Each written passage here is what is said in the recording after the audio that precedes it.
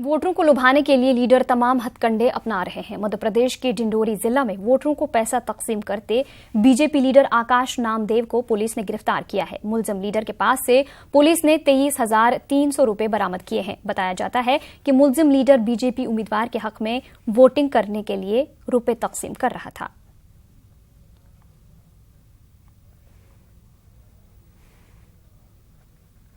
वहाँ से 23,300 रुपये